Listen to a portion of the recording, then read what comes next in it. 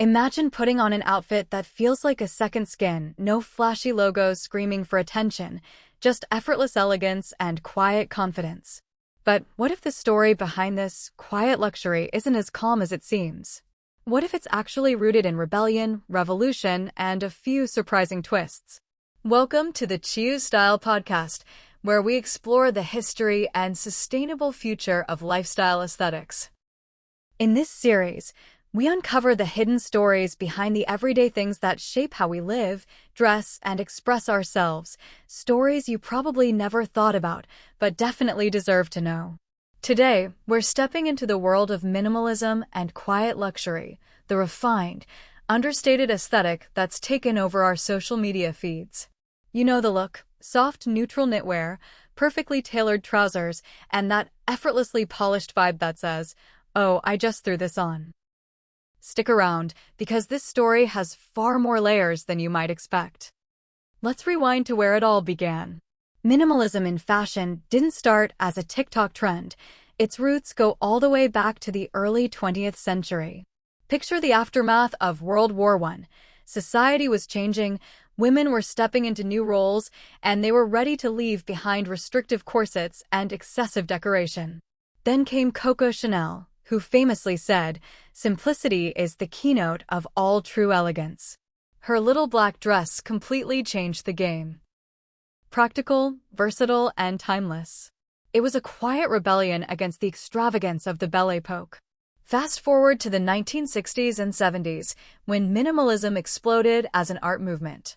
Clean lines, geometric forms, and the Bauhaus philosophy of less is more began influencing everything from architecture to fashion.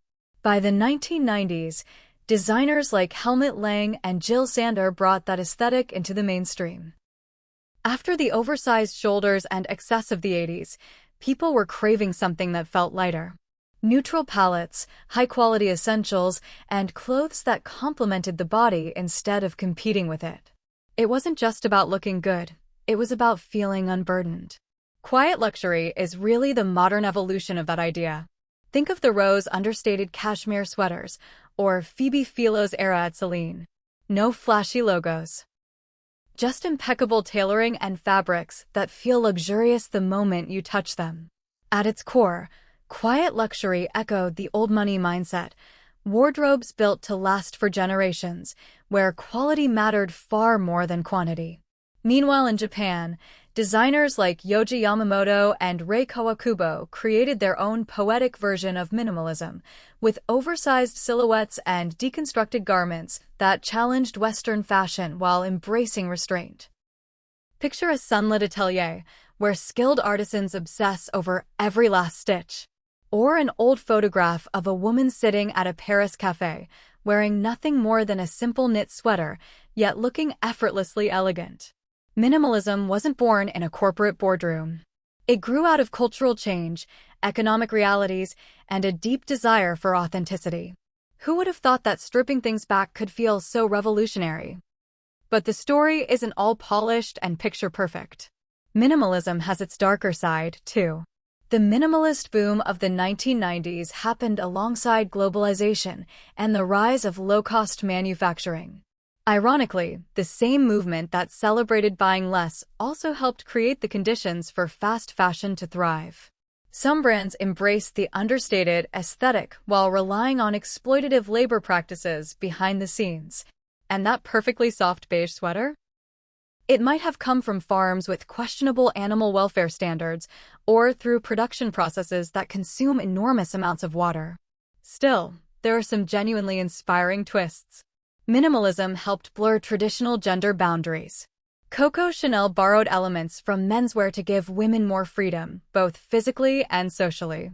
In many cultures, wearing simple, well-made clothing has long symbolized wisdom and inner confidence rather than wealth or status. Who knew that a capsule wardrobe could become a quiet act of resistance against consumerism? Or that a perfectly made white t-shirt could outlive passing trends and still bring you joy every time you wear it? The debate is still very much alive online. Scroll through Reddit or Instagram, and you'll find people arguing over whether quiet luxury is truly accessible or just elitism dressed in softer colors. Some see it as another form of performative wealth. Others believe it's a mindful alternative to overconsumption. The truth? It's probably a little bit of both.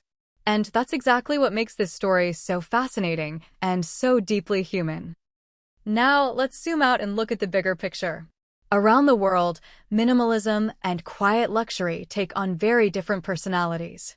It's almost like the same outfit tells a completely different story depending on where it's worn.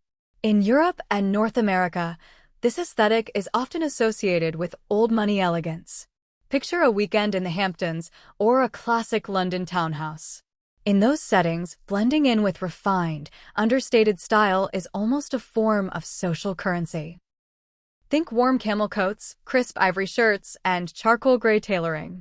Here, minimalism isn't just about getting dressed. It's about heritage, quiet confidence, and the unspoken message: I don't need to show off to be noticed. Head over to East Asia, and the story becomes much more philosophical. In Japan, minimalism is deeply connected to the idea of wabi-sabi, finding beauty in imperfection and impermanence. A simple linen shirt or an asymmetrical jacket can carry a quiet, almost meditative elegance. In China and India, where status symbols have traditionally played a bigger role in certain social circles, quiet luxury has become a way for younger generations to express authenticity instead of relying on flashy logos.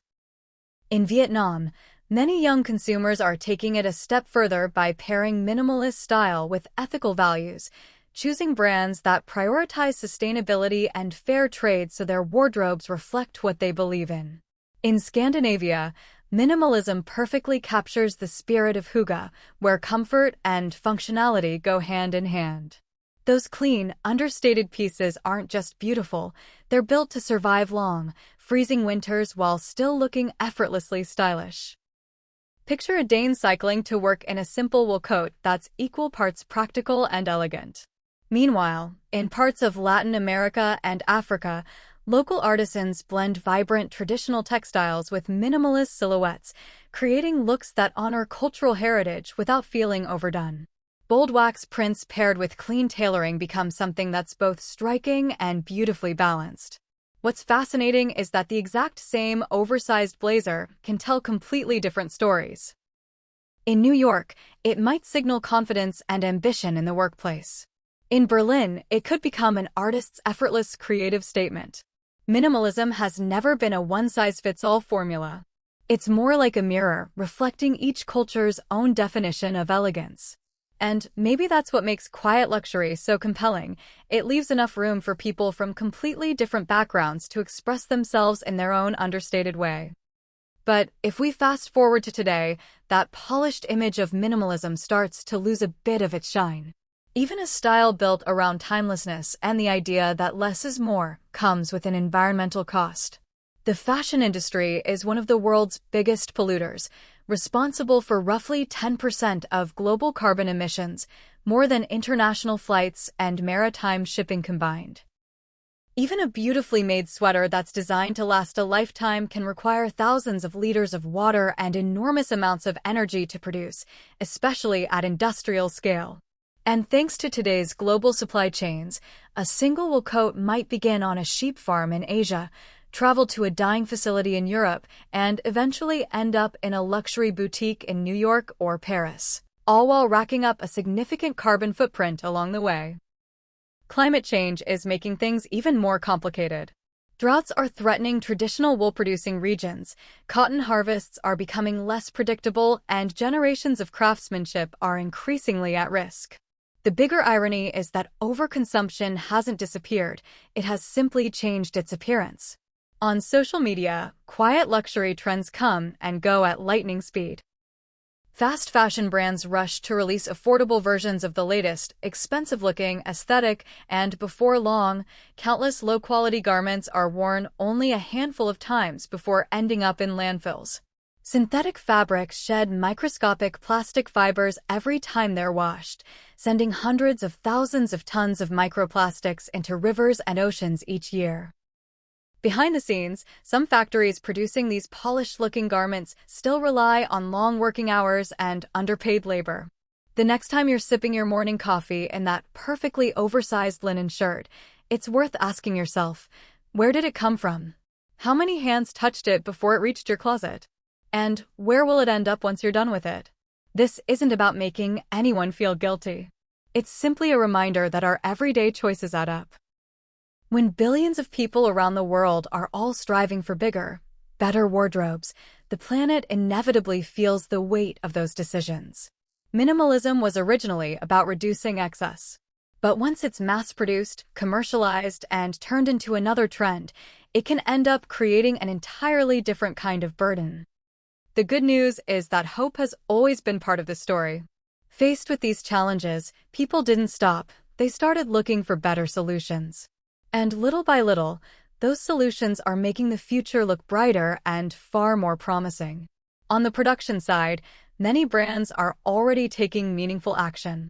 They're embracing regenerative farming to grow cotton and other natural fibers while reducing the need for chemical fertilizers and pesticides.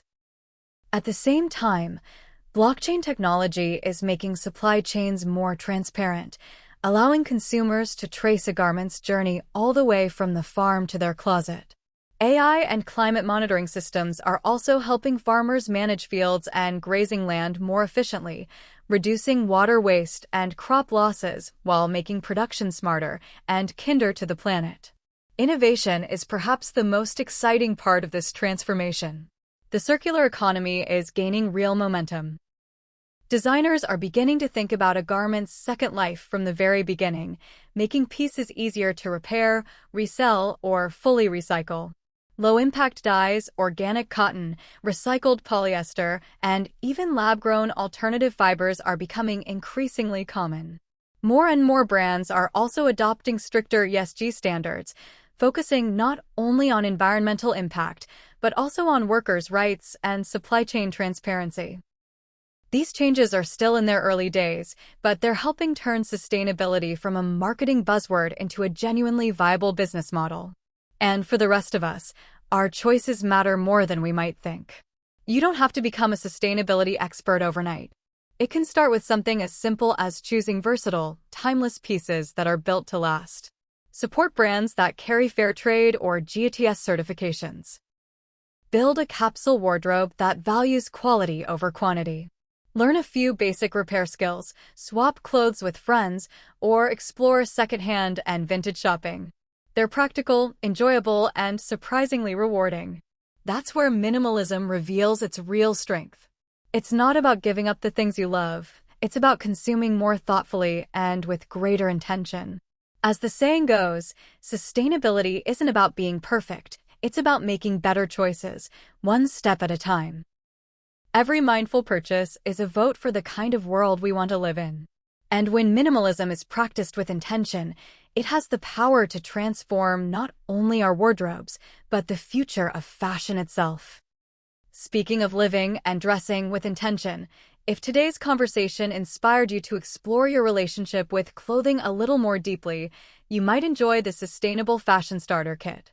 It's a gentle, 180-page guided prompt journal designed to help you reflect on your personal values, appreciate what you already own, and make small, meaningful changes toward a more mindful wardrobe.